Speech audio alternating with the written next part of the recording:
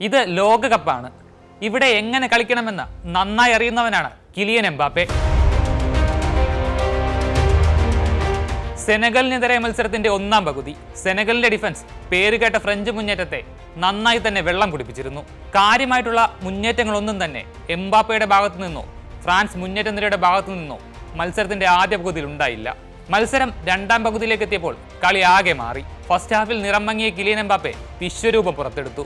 Senegal പ്രതിരോധത്തെ പലയാവർത്തി പരീക്ഷിച്ച Mbappe 66-ാം മിനിറ്റിൽ ആദ്യ ഗോൾ നേടി. ആദ്യ ഗോളിനേക്കാൾ മനോഹരമായിരുന്നു എംബാപ്പയുടെ രണ്ടാം ഗോൾ.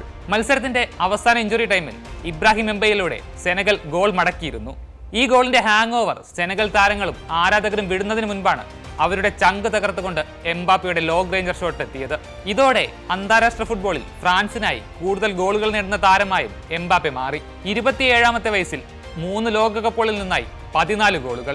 ലോകകപ്പ് ഗോളുകളുടെ എണ്ണത്തിൽ സാക്ഷാൽ പെലെയും എംബാപ്പെ മറികടന്നു കഴിഞ്ഞു. മെസ്സിയും ക്ലോസയും റൊണാൾഡോയുമാണ് ഇനി ആ പട്ടികയിൽ എംബാപ്പയ്ക്ക് മുന്നിലുള്ളത്. അവരെ പിന്നിലാക്കാൻ വേണ്ടത് വെറും 3 ഗോളുകൾ മാത്രം. ഈ ലോകകപ്പിൽ തന്നെ ആ റെക്കോർഡ് എംബാപ്പെ തൂക്കുമോ എന്ന് നമുക്ക് കാത്തിരുന്നു കാണാം.